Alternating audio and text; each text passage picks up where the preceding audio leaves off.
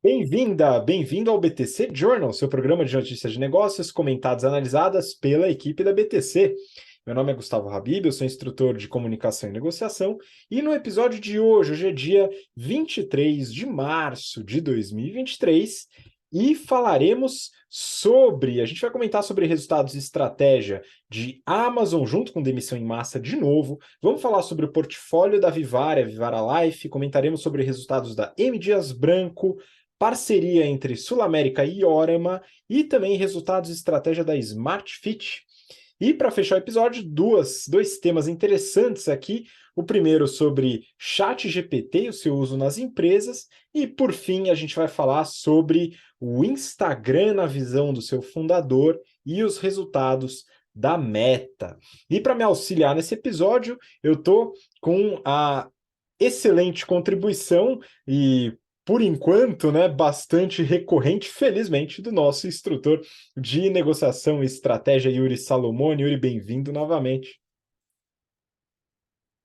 Olá, Habib, olá, Mayara. Prazer estar aqui com vocês mais essa semana. Bom dia, boa tarde, boa noite, seja lá o momento que você está escutando nossos podcasts. A gente vai falar de academia hoje, de Smart Fit. Talvez você esteja aí na esteira, fazendo a sua corrida, sua malhação. Tomara que você escute todo o episódio. É um prazer estar aqui com vocês mais essa semana, Habib.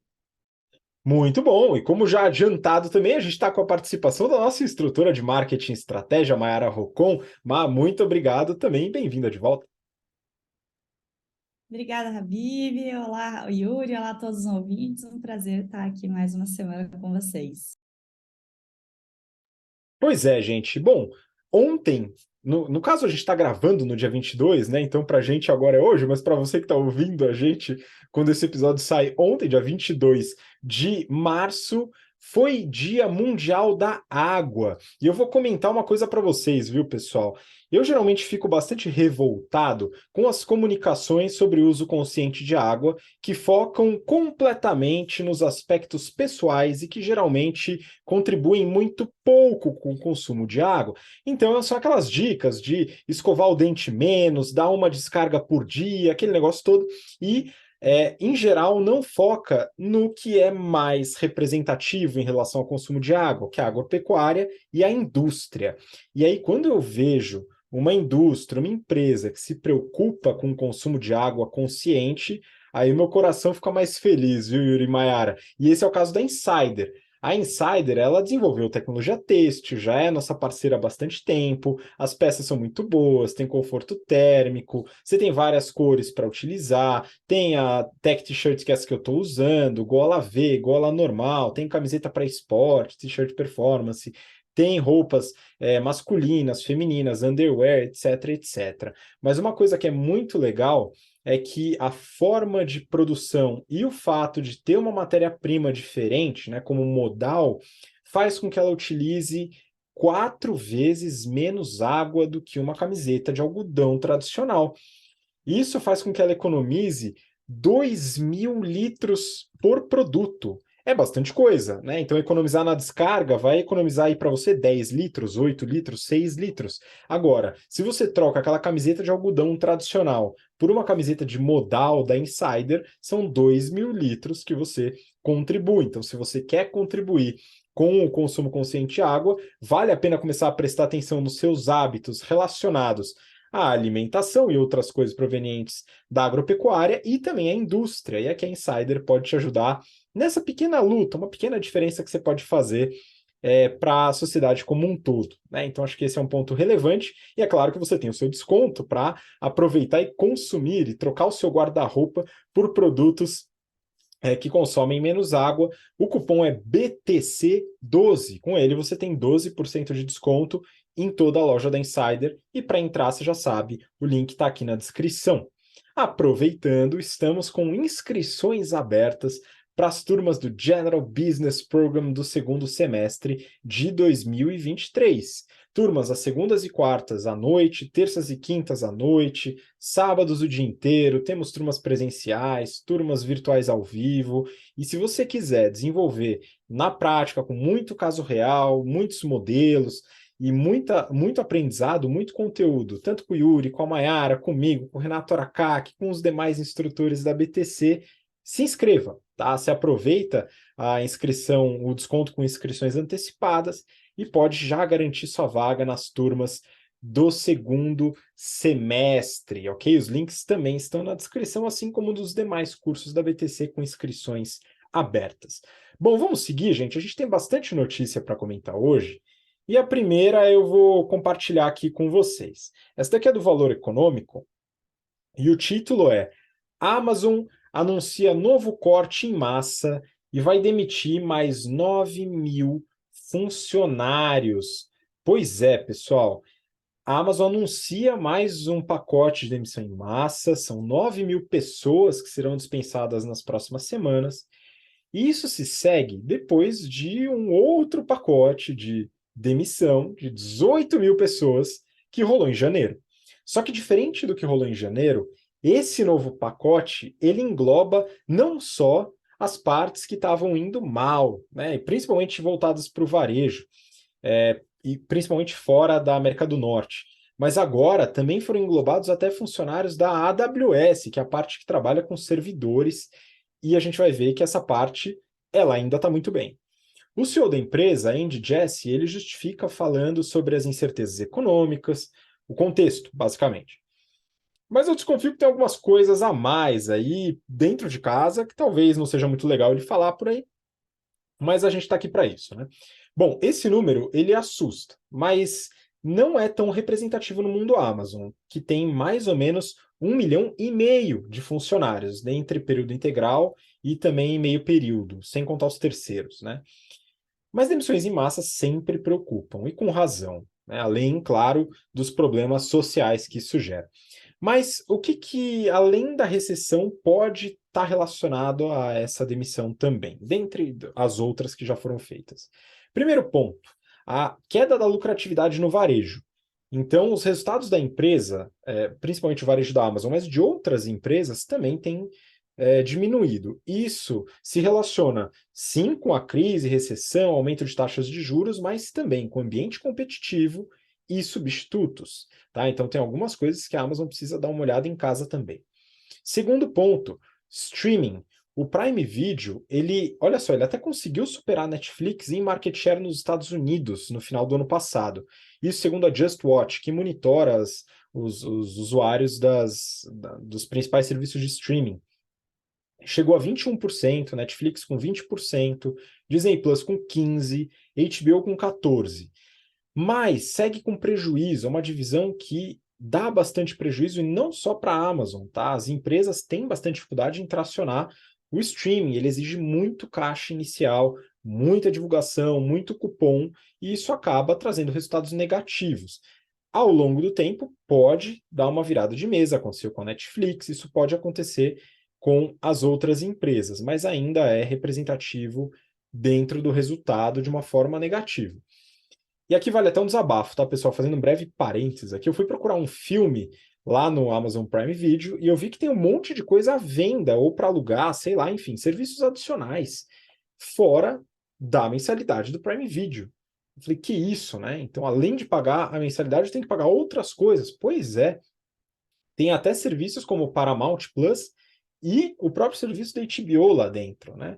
Enfim, então, para que pagar mensalidade se tem que pagar tudo para ver lá, né? Como eu já alugo filme na locadora, como fazer uns incas, às vezes eu prefiro ir lá e ajudar o seu Ricardo, que é o dono da loja, do que observar e pagar além da mensalidade, né? Outra forma também é você dar um migué, fazer uma inscrição de 7 dias grátis e depois cancelar. Inclusive, eu recomendo que você faça isso com o filme Sorria, que está presente lá na Paramount Plus. Enfim, o terceiro ponto é um problema de futurologia, né? Na verdade, de expectativas em relação aos resultados da empresa e estratégia da empresa. A Amazon ela contratou, durante a pandemia, mais de 400 mil funcionários, esperando um crescimento bastante acelerado no varejo, além de apostas como, por exemplo, as lojas físicas com produtos perecíveis. Muitas pesquisas, no entanto, indicavam que hábitos presenciais voltariam quando a pandemia retrocedesse e a competição, principalmente com os players chineses, tá? Pode resultar num crescimento abaixo desse crescimento teórico bastante positivo, né? Então, eles foram muito confiantes e a realidade chegou realmente dando um tapão na orelha deles. Mas vamos dar uma olhada nos resultados para a gente tangibilizar isso aqui. A Amazon fechou o resultado de 2022 com uma receita líquida de 514 bi de dólares. Foi um aumento de 9,4% em relação a 2021. Aí, como é que se comporta a receita da Amazon? Ela tem varejo na América do Norte, varejo internacional e a AWS, que é a parte de servidores. Na América do Norte, cresceu 13%, um crescimento adequado. No internacional, cresceu 4%, né? Então já vem crescendo pouco e perde share também. E isso já inclui o efeito cambial, tá? Já exclui, no caso, o efeito cambial. A AWS cresceu 29%. Então, a gente vê aqui que teve um crescimento, né, de receita no varejo América do Norte, na AWS, mas ainda assim tem várias preocupações. Por quê? Porque o resultado operacional foi ruim. A empresa ela teve um lucro operacional de 12,2 bi de dólares. Você fala, pô, mas é bastante. Pois é, mas se você comparar com 2021, que foi de quase 25 bi, é uma queda de 50%. É muita coisa, né? E além da queda absoluta, teve a queda relativa, né? Então também caiu a margem operacional. E aí, se a gente pega os resultados do varejo, todos deram prejuízo, inclusive a América do Norte. E essa tinha dado lucro no ano passado, no ano de 2000, ano retrasado, né, em 2021. Então, realmente, o que segurou o resultado, de qualquer forma, foi a AWS. Isso resultou num prejuízo líquido de 2,7 bi. Aqui tem alguns ajustes contábeis não recorrentes, né, mas também teve em 2021, quando o resultado foi bem positivo. Enfim, então a empresa ela está com algumas dificuldades, mas como ela é uma exímia geradora de caixa, isso não preocupa a sustentabilidade da empresa. Então ela gerou 46,7 bi de dólares de caixa em 2022, com aquela estratégia que a gente comenta lá no GBP e no Strategy and Finance, que é a estratégia de ciclo de conversão de caixa, onde a gente aborda vários casos e mostra como elaborar esse modelo para você implementar na sua empresa. Legal, vamos lá então, pessoal. Essa foi a Amazon e a gente vai seguir agora com uma notícia do Brasil Journal. O título é o seguinte: A Life continua fazendo a Vivara feliz. Basta ver o quarto tri. E eu queria que o Yuri comentasse sobre essa divisão da Vivara. Vamos lá, ouvintes. Bom, a Life faz parte do portfólio da Vivara como um todo, né? E agora, no quarto tri de 2022, teve um ganho de margem bruta e chegou a 71%, aumentou aí 2,7 pontos percentuais, só a margem bruta. Hoje, a Life, dentro da Vivara, representa 37,7% da receita da companhia, versus 32,1% no ano anterior, ou seja, aumentou aí 5,6 pontos percentuais em participação dentro da empresa. A receita líquida também subiu 17%, chegou a 644 milhões de reais, e o EBITDA ajustado ficou da ordem de 178 milhões de reais, o lucro líquido em 157 milhões, ou seja, uma empresa dando resultado. Isso representou aí uma alta de 24% no lucro líquido. Ao todo, a Vivara abriu, no ano passado, 53 novas lojas durante o ano de 2022 inteiro, sendo que 39 dessas novas lojas são, né, marcas Life. Porque a Life, inclusive, chegou ao segundo lugar dentre as colocações aí de maiores joalherias do Brasil. A primeira é a Vivara, a segunda é a Life, que pertence à Vivara, a terceira Pandora e quarta Monte Carlo. São aí, em market share, as grandes joalherias do Brasil. E olha que bacana, né? A Vivara e a Life, as duas em primeiro e segundo lugar. A Life trabalha muito com prata e a Pandora, que é a terceira, também. Vamos entender um pouco isso, né? O CFO, o Otávio Lira, ele afirmou ao Brasil Journal nessa reportagem que a margem bruta ela tende a crescer, dado que a marca trabalha mais com prata do que com ouro. A prata é mais rentável para o negócio. e tem roubado o share do mercado de joias. Além disso, tem um price point ali para ser um item para se presentear. Então, aniversário da pessoa que lidera uma equipe, a equipe junta um dinheiro ali, compra uma joia, acaba comprando uma joia de prata da Life dentro da Vivara. Então, é um item aí bastante utilizado para esse tipo de oportunidades. As pequenas e as médias empresas desse setor, elas têm sofrido bastante com o aumento de custo do ouro, elas têm sofrido bastante com o aumento, a volatilidade do dólar. O ouro, por exemplo, ele está custando 2 vezes mais do que ele custava há 3 anos atrás. Então, dobrou o preço em 3 anos. É exorbitante, né, o aumento de custo. E repassar isso para o cliente fica difícil, porque tem a questão da elasticidade. A gente ensina isso nos cursos aqui do Strategy and Finance, no GBP e principalmente no curso de Pricing da BTC.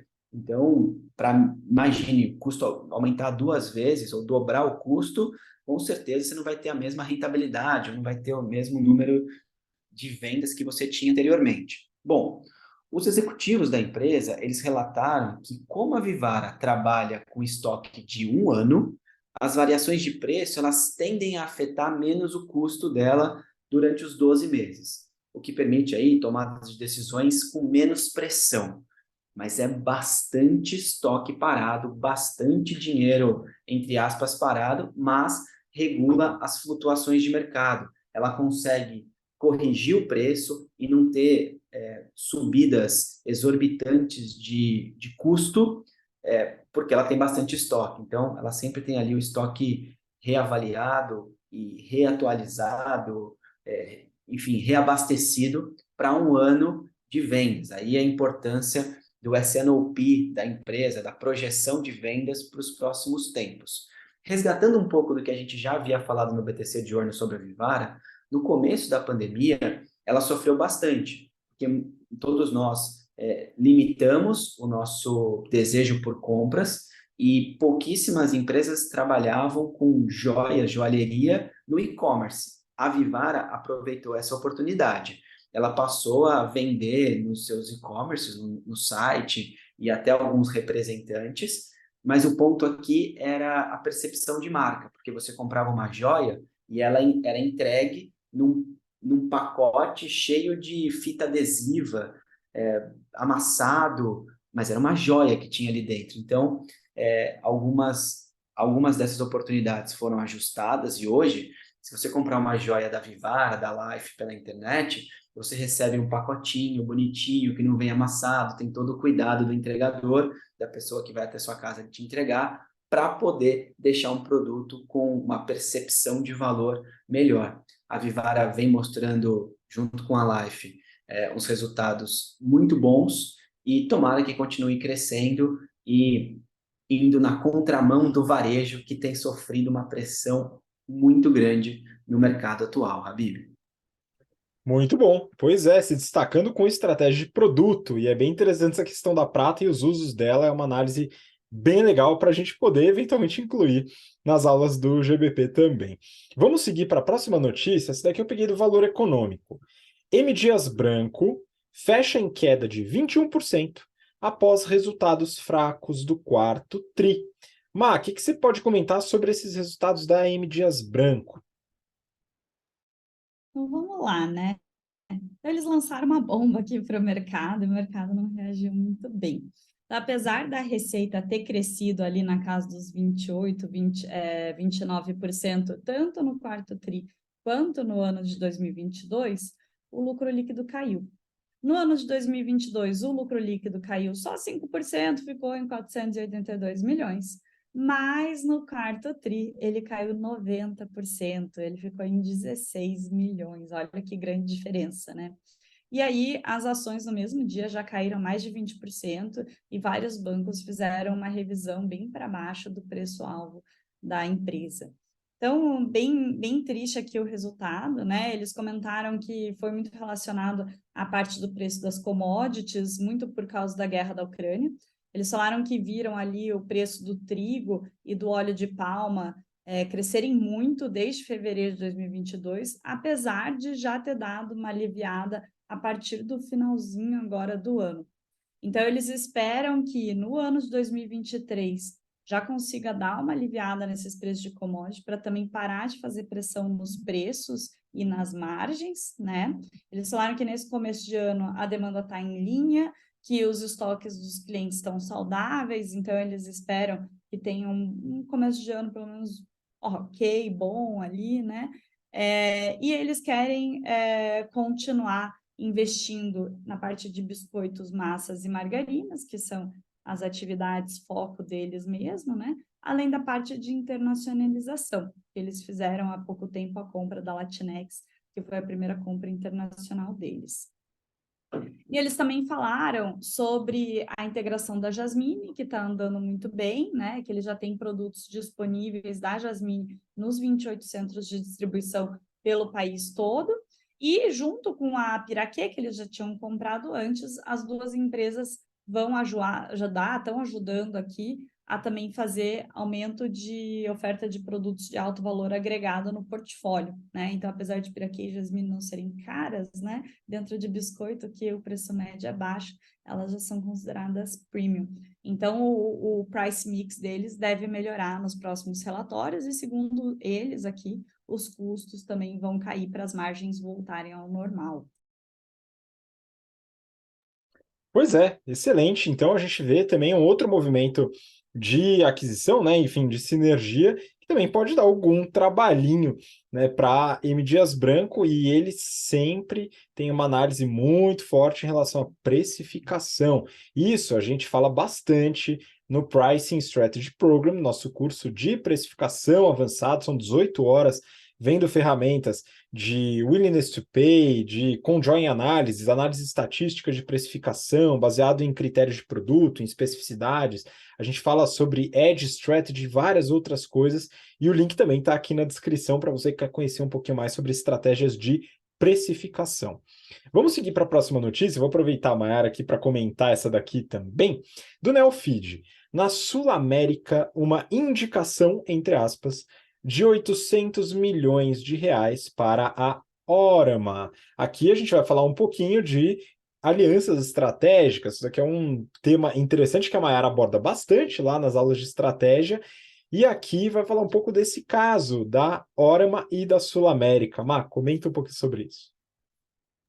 Vamos lá, então. Esse caso antigo aqui, né, já faz quase 3 anos que a Sul América foi lá e investiu na Orama, né? Então, a Orama é uma plataforma de investimento que agora está com 16 bilhões sob custódia e que teve ali comprado uma participação de 25% pela Sul América por 100 milhões de reais. E agora está dando esses primeiros resultados. Então, a intenção era pegar ali os corretores de seguro da Sul América, aproveitar a capilaridade, força de vendas para poder dar um boost na Orama, né? E eles citam aqui que nos últimos 14 meses, os corretores da Sul América já levaram 800 milhões de reais para a Orama, né? Então, o que eles fazem? Já que eles não são agentes autônomos, ainda, né, e já comento isso, eles fazem uma primeira venda ali, um primeiro convencimento do cliente e aí encaminham para a equipe da Orama. Hoje, ainda tem bastante espaço para aumentar isso, porque a Sul América tem mais de 37 mil corretores e só 4 mil estão fazendo esse trabalho de indicação. Então, isso deve aumentar nos próximos meses e anos, com certeza. O que a Sul América fez? No portal do corretor, eles já fizeram as integrações de informação, e aí o corretor pode escolher como que ele vai querer trabalhar. Então, ele pode querer ser só indicador, só consultor, ou também agente autônomo. É claro que para ser agente autônomo você precisa de certificação, e os que não têm a certificação ainda, alguns já estão correndo atrás para poder tirar e poder fazer os dois lados aqui da oferta. Isso é legal porque a Sul América tem outras informações também do cliente que a Orama não tinha quando a pessoa não era cliente dela. Então, por exemplo, filtrar as pessoas que têm reservas acima de 50 mil reais para poder indicar como um potencial investidor. E aí os corretores vão atrás desses clientes. Além disso, é muito legal por uma questão de concorrência, porque a gente já vê as plataformas de investimento abrindo a oferta de produto deles para também oferecer serviço de seguros. E isso acaba invadindo o mercado da Sul América. Então, na verdade, o que ela está fazendo é o contrário, né? Em vez de uma XP, por exemplo, pega o cliente que investe e já oferece um seguro, a Sul América está pegando um cliente que já tem seguro para poder oferecer investimentos. E aí você acaba blindando o cliente por oferecer tudo que ele precisa sem ter que ir para uma empresa da concorrência. Então, interessante essa parceria, né? À primeira vista ali, eu não tinha visto 3 anos atrás, né? Tanta vantagem assim, mas surtindo esses frutos, então está sendo bom para as duas. Pois é, muito interessante. É mais uma análise legal para a gente fazer em relação a essas parcerias, mas de fato, fazia bastante tempo. Acho que nem sei se tinha pandemia ainda na época dessa parceria, hein, realmente essa daí foi antiga. Mas está surtindo efeitos, que é importante. Vamos para a próxima. A próxima notícia eu peguei aqui do Brasil Journal e o título é Cash is King na Smart Fit. Ou seja, caixa é rei na Smart Fit. Dívida alta é risco que não tomamos, entre aspas, diz o CEO. Yuri, você que é um frequentador assíduo da Smart Fit, eu queria que você ajudasse o público a entender um pouquinho mais da estratégia deles. Caramba, Habib, assíduo, temos que refletir o que é assiduidade na academia, né? Mas vamos voltar ao foco da notícia. Bom, no quarto TRI de 2022, a Smart Fit teve o segundo lucro trimestral consecutivo. E, de acordo com o CEO, esse lucro será recorrente nos próximos trimestres, o CEO Edgar Corona. Bom, por que isso se dá? Porque muitas academias, eles chamam de lojas, estão mais maduras e as academias novas já não são uma parte tão considerável do portfólio como um todo. Bom, a receita líquida das lojas deles chegou a 853 milhões de reais, aumentou 56%, é um número bastante interessante. A margem EBITDA chegou em 26,9%, aumentou 20,3 pontos percentuais, e o lucro líquido atingiu 74,8 milhões de reais.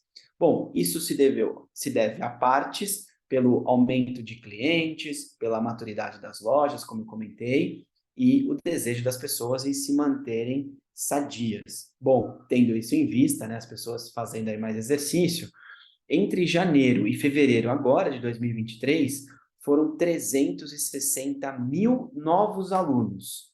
É o melhor resultado da história para esse período. Eu sou um desses 360 mil aqui, Habib, porque eu, no meio da pandemia, cortei todos os custos possíveis da minha vida, dentre eles a academia, eu fiz exercício em casa, ali, me isolei por muito tempo, e agora que as medidas restritivas do Covid tiveram certa liberação, inclusive máscaras em aeroportos, em aviões, foi liberado aí a semana passada, eu passei a frequentar lugares mais populosos, inclusive dar aulas presenciais aqui no GBP e coisas do tipo. Eu sou um desses 360 mil aí novos clientes da Smart Fit.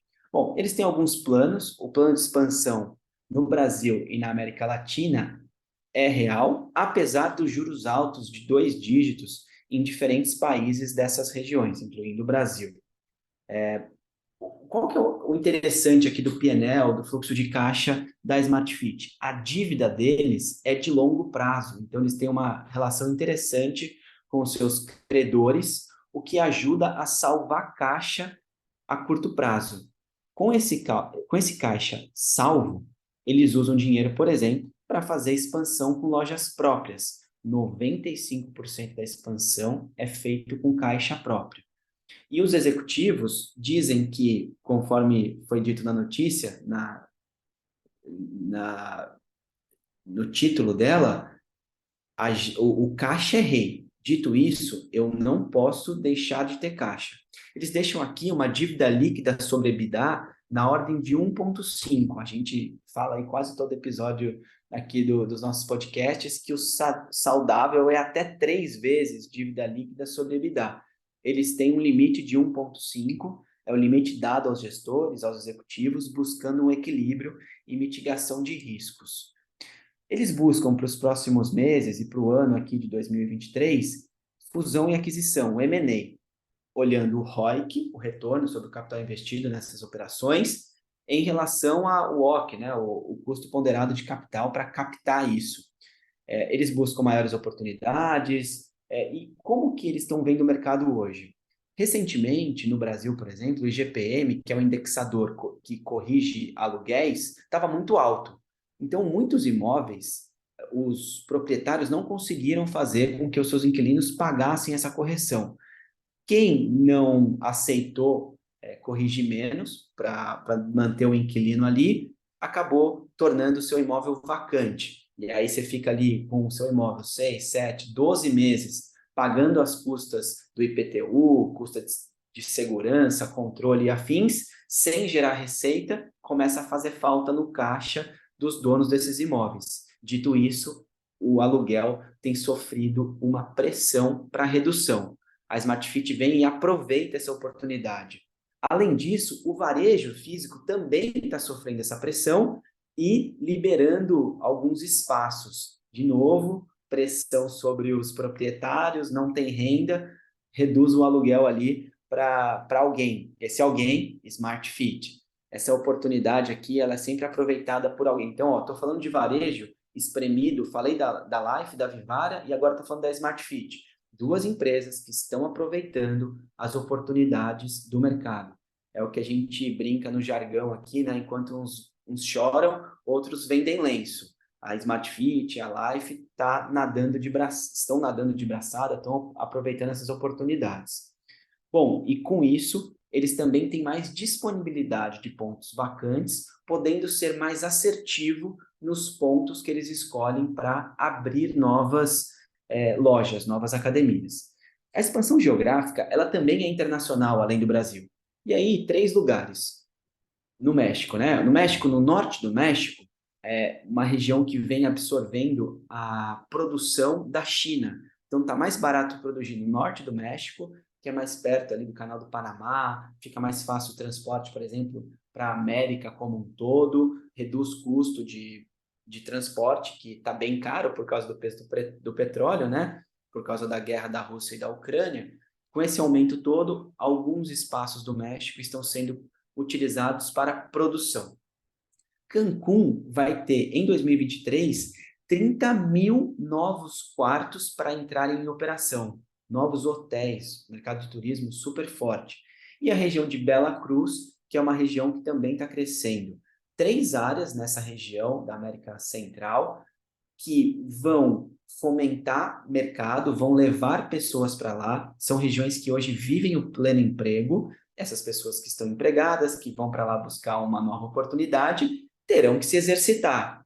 A Smart Fit está vendo esse movimento e procura espaços físicos. Eles buscam cerca de 50, 60 novas lojas para o ano de 2023.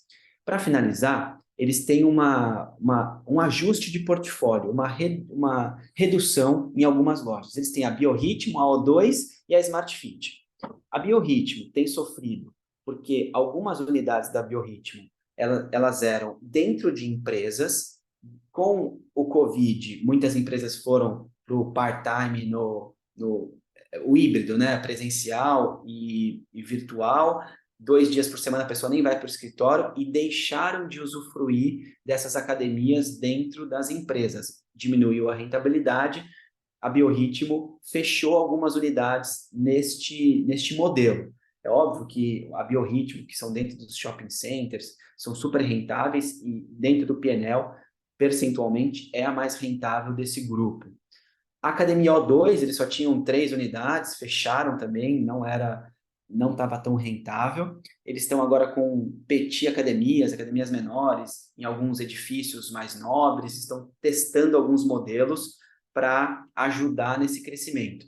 Mas, de novo, o home office, ele favoreceu alguns movimentos nossos de trabalhar de casa, aqui, gravar um podcast de casa, Maiara, o Habib, eu estou no escritório hoje, Então, a gente, de forma híbrida, consegue gravar isso daqui.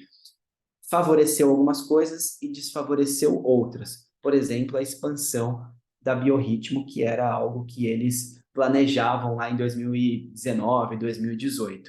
E a manutenção de lojas dentro das empresas também caiu em desuso. Aí, Habib, você vai falar em breve sobre o movimento do mercado de tecnologia. Será que a gente vai para o 100% presencial de novo? Como é que tá esses movimentos dentro do mercado? Na sua notícia, aborde esse assunto também, por favor. Pois é, não, mas já adianto que 100% presencial é bastante difícil hoje em dia. Algumas empresas voltaram, mas certamente não é a maior parte do mercado, tá? Então, boa parte está indo no híbrido, mas realmente essas academias dentro das empresas, mesmo no modelo híbrido, talvez comecem a perder um pouco da atratividade ou da razão de ser, né?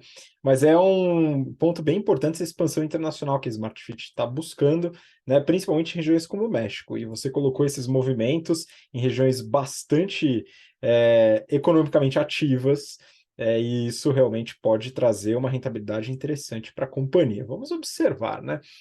Bom, vamos seguir para o próximo bloco. A gente vai falar então, sim, de tecnologia no dia a dia.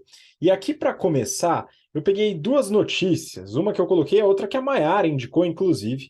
A primeira, valor econômico. ChatGPT entra na rotina de empresas.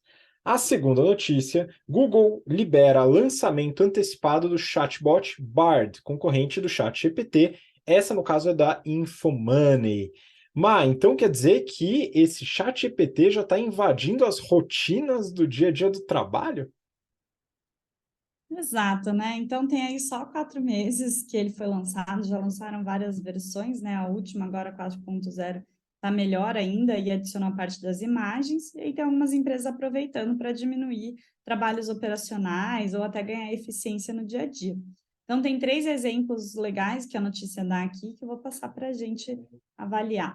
Então, na Live Fit Brasil, que é uma rede de academias que tem 15 mil alunos em 4 estados, eles estão usando o ChatGPT para redigir função de novos colaboradores, acompanhar treinos específicos dos alunos, descrever vaga para contratação e também dar ideia de novas fontes de receita. E eles já falaram que sonham agora no futuro em aplicar a ferramenta para o atendimento. A Criativae, que é uma loja online de produtos infantis, ela falou que começou a usar o ChatGPT para poder fazer a descrição dos itens, né? Então, você vai vender o item, você tem que fazer uma descrição, você ficava ali tendo trabalho operacional com isso, colocou o ChatGPT para fazer. E que eles também estão usando o chatbot para fazer textos para o blog e alguns roteiros de anúncio em vídeo também. Eles falaram que, às vezes, alguns textos longos do blog, né? Eles levavam um dia para poder produzir, agora com o chat eles fazem em 30 minutos. Mas eles ressaltam um ponto aqui, que é o famoso sheet in, sheet out, né? Então não adianta você colocar uma pessoa que não entende nada do assunto que ele vai cuspir um monte de coisa interessante. Falou que depende muito do conhecimento do usuário. Não substitui o processo lógico de criação do conteúdo. Ele até ressalta uma coisa que a gente sabe aqui, né? A inteligência artificial, ela não vai criar conteúdos, ela vai compilar informações que já existem, né? Então, você precisa que a pessoa supervisione isso. E tem também a DataRisk, que é uma empresa de tecnologia que está usando para fazer relatórios de posts. Eles falaram que, como a ferramenta consegue compilar texto técnico, né? Ela não tem esse problema da linguagem, eles usam bastante para os relatórios e posts. E que antes também eles tinham bastante trabalho em procurar imagem, né? Banco de imagem, pesquisa, paga direito autoral ou não, essa é de graça, tal. Agora, com o ChatGPT, você descreve o contexto, ele cria uma imagem e pronto, é muito mais simples, né? Eles também tiveram que ressaltar aqui o ponto de que tem que ter um especialista no processo, porque às vezes tem informação falsa, informação imprecisa, desvio nas informações que você pediu, e assim vai. E aí, essa notícia adicional é porque, né, essa semana o Google lançou o Bard, que é o concorrente do ChatGPT. Ele ainda só foi lançado nos Estados Unidos e no Reino Unido, e ainda o pessoal tem que entrar numa lista de espera para poder acessar o programa. Mas o ponto é, né, Microsoft e Google estão ali na corrida de inteligência artificial. O Google parecia que estava ficando para trás, então, né, deu uma respirada aí mais funda para poder alcançar. E estão aí sempre lançando novidades tentando até, né, quando a Microsoft fala que vai lançar alguma coisa, eles já vão lá e lançam alguma coisa junto logo depois. Eles falaram que agora esse lançamento tem uma tecnologia para criação de rascunhos, ou seja, ele dá ali uma sugestão de texto que você pode editar, depois tem até o botãozinho se você quiser googar alguma coisa para dar uma ajuda, né? Mas aí ele já chega com uma sugestão primeira e diz que já chega com uma sugestão de uma vez, que não é igual o ChatGPT que vai escrevendo palavra por palavra, né? Então ele parece ser mais rápido, pelo menos por esse instante, né? Logo, logo vem outro lançamento dos dois lados. Outra coisa interessante também é que durante a demonstração do Google e provavelmente durante a utilização da ferramenta Bard, vai ficar ali um aviso, né, de que o Bard pode exibir informações imprecisas ou ofensivas que não representam as opiniões do Google, né? Então eles já estão prevendo que, óbvio, inteligência artificial é assim mesmo, né? Quer dizer, você não, a gente está descobrindo como ela funciona, né? E quais os limites que ela vai atingir. Então, até para se isentar de qualquer coisa que ela possa combinar de informações da web, eles já deixaram esse aviso também. Não só a parte de não ser imperfeito, mas a parte de nem tudo que ele falar que a gente concorda.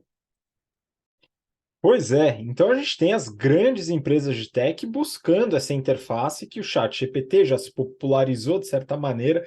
A gente tem então o Bard do Google, como a Mayara comentou, e temos também na Microsoft, que eu dei uma olhada, o Yuri até conheceu a ferramenta Copilot do Microsoft 365, que é a inteligência artificial aplicada aos aplicativos da Microsoft, PowerPoint, Excel, Word, etc., para realmente reduzir o trabalho do nosso back-office de montagem de slides. Vamos ver se isso rola, hein, Yuri? Seria de grande ajuda, hein? Porque o negócio dá um trabalhinho e tanto, né? Cara, se eu pegar todo o investimento de tempo que eu já tive montando PowerPoint versus os 15 segundos que eu usei o ChatGPT para montar, Habib, eu estaria na praia há bastante tempo, tranquilo, curtindo esse momento, viu? Perdi bastante tempo da minha vida, investi bastante tempo da minha vida aprendendo a fazer slide que o ChatGPT, sei lá como, né? Porque são empresas que eu confesso que eu não entendo muito a programação da inteligência artificial, mas o deliverable deles, as entregas, realmente foi impressionante, me surpreendeu positivamente. Acho que um ponto relevante é o que a Mayara comentou, né? Sobre o shit in, shit out, né? Então é muito importante que a gente tenha um bom piloto para poder colocar ali na produção do seu conteúdo. Vamos para a última notícia, também relacionada à tech no dia a dia. Essa daqui eu peguei do Neofeed e o título é: cofundador do Instagram, Kevin Syntron, diz que a rede social, entre aspas, perdeu a alma. Bom, a reportagem, ela traz alguns destaques de uma entrevista que um dos fundadores do Instagram, o Kevin Syntron, forneceu sobre o que ele acha da plataforma hoje para um podcast. Tá? Então foi uma entrevista em podcast, o Neofeed fez esse destaque. Lembrando que ele fundou o Instagram junto com um brasileiro chamado Mike Krieger, não tem nome de brasileiro, mas é brasileiro, e eles conheceram, se eu não me engano, foi em Stanford, enfim, e aí empreenderam por lá. Ele começa falando que a ideia da plataforma, a ideia inicial, era compartilhar fotos, fotos pessoais, o dia a dia, etc. Mas que a plataforma, como ele comentou, perdeu a alma. Qual que é o problema? O foco na publicidade e as suas consequências para o conteúdo da rede social. Ele diz que os incentivos são voltados são mais comerciais, para a criação de mais criadores de conteúdo e trazer mais dólares de publicidade. Segundo ele, as consequências são aterrorizantes. Hoje, parte dos 2 bilhões de usuários mensais do Instagram, ao focar em dinheiro, em fazer dinheiro com a plataforma, compartilham cenas de um cotidiano irreal. Olha só, eu peguei esse trecho aqui que ele falou entre aspas. Isso concentrou a energia nas pessoas que vivem vidas aparentemente incríveis, que fazem as coisas mais espetaculares, uma corrida até o limite de quem é mais perfeito. A reportagem, ela complementa falando que essa preocupação não é só do Kevin. Vários estudos científicos apontam redes sociais, como o Instagram, como sendo relacionados a distúrbios psiquiátricos, dentre eles depressão e ansiedade.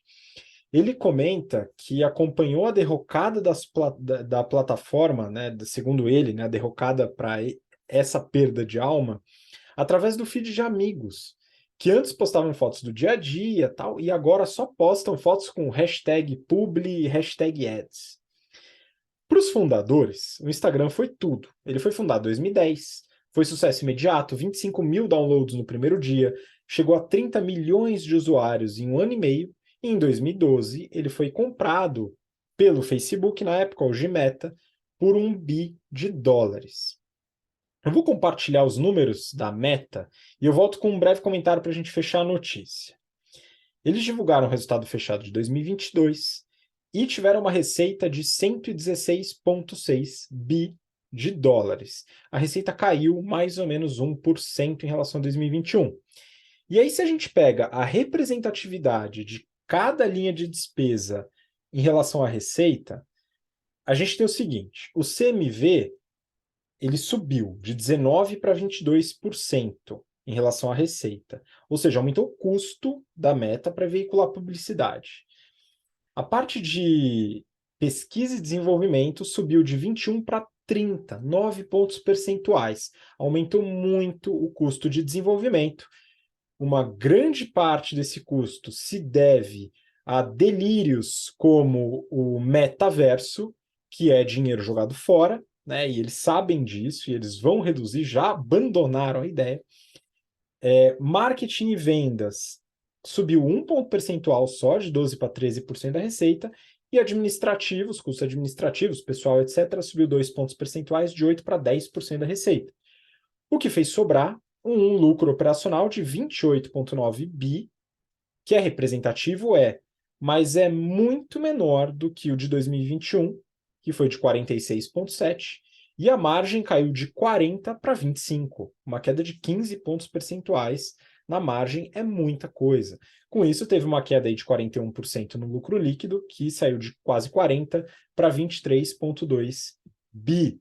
Então, o resultado que a Meta trouxe no último ano mostra que houve uma estagnação na receita de anúncios, apesar de que tanto o Facebook como o Instagram têm números crescentes, o Facebook quase elas por elas, mas ainda cresce, porque tem um crescimento bom na região da Ásia-Pacífico. Então, só para ilustrar, né, a rede social Facebook, ela tem quase 3 bi de usuários ativos. 3 bi é muita coisa, né? Muita gente.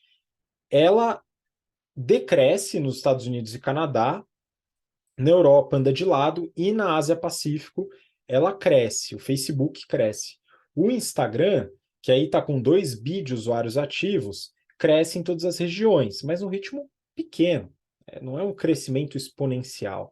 E o anúncio, que já foi um crescimento muito forte, hoje está estagnado. Então é algo bem preocupante. E aí, claro, algumas apostas muito ruins. Mas vamos lá, vou comentar para a gente fechar aqui. O foco em publicidade é consequência do incentivo de receita, lucratividade de todas as empresas, e a gente entende isso. Por outro lado, a gente monitora também os incentivos perversos que o foco pode gerar, né? A gente pode chamar de externalidades, enfim, tem várias coisas que a gente pode abordar aqui. E é importante a gente nos atentar como indivíduos e também como comunidade. Se uma empresa faz mais mal do que bem, é de se pensar se ela deve seguir fazendo aquilo só porque faz dinheiro. A gente tem que começar a analisar esse tipo de coisa. O Yuri, que está aqui com a gente, ele é pai. E em alguns dias, esse que vos fala também será. Felizmente, assim como a Mayara, eu uso muito pouco redes sociais. A Mayara não usa nada, eu uso muito pouco. A minha esposa, ela usa um pouco mais do que eu, né? E ela compartilhava o inferno que virou feed no Instagram durante a gravidez. Coach de grávida, coach de criação, mães com pencas de filhos fazendo 30 coisas ao mesmo tempo, sempre dispostas e sem reclamar. Os funcionários domésticos, eles não costumam aparecer nas câmeras, né? Tem esse parênteses também. Enfim, partos cinematográficos, criança sem cólica, uma coisa linda, né? E quase nada de gente compartilhando a vida real. Isso não é impulsionado pela plataforma porque não traz receita, né? Cansaço, dores, pouco ou nenhuma maquiagem, angústia de voltar ao trabalho, nada disso aparece, né? Felizmente, ela estava meio vacinada, né, em relação a esse viés das redes sociais, então estava mais tranquila. Mas muita gente vê isso e o negócio fica pesado, porque ninguém vive essa vida perfeita. E essa é a crítica que o Kevin, né, um dos fundadores do Instagram, coloca. E a gente vê isso na prática no dia a dia, dependendo das circunstâncias. Enfim, como qualquer outra substância com alta carga de dependência, que é o caso das redes sociais, usar indiscriminadamente geralmente causa mais problemas do que soluções. Então a gente tem que ter uma série de cuidados, né? Isso vindo do fundador, vale ao menos a reflexão, né? Enfim, com essa notícia, a gente finaliza o BTC Journal desta semana. Então, queria agradecer de novo a presença de vocês. Muito obrigado pela participação, pela contribuição. Obrigada, Habib. Obrigada, Yuri, pela parceria, pelo convite. Um abraço aqui para as turmas 105 e 106, que a gente está tendo bastante aula, né? Iniciando essa semana a parte de comunicação e se prolongando aí pelas próximas 2 semanas. Muito bom. E Yuri, muito obrigado de novo também. Obrigado, Habib, obrigado, Mayara, e a todos os ouvintes que ficaram aqui com a gente até agora. Um abraço aí para todas as turmas que a gente tem lecionado os cursos do GBP. É um prazer tê-los como alunos e ouvintes. Um abraço. Muito obrigado você que acompanha a gente até agora, pelo interesse, pela paciência, e nos vemos na próxima semana para mais um episódio do BTC Journal. Um grande abraço, até lá. Tchau, tchau.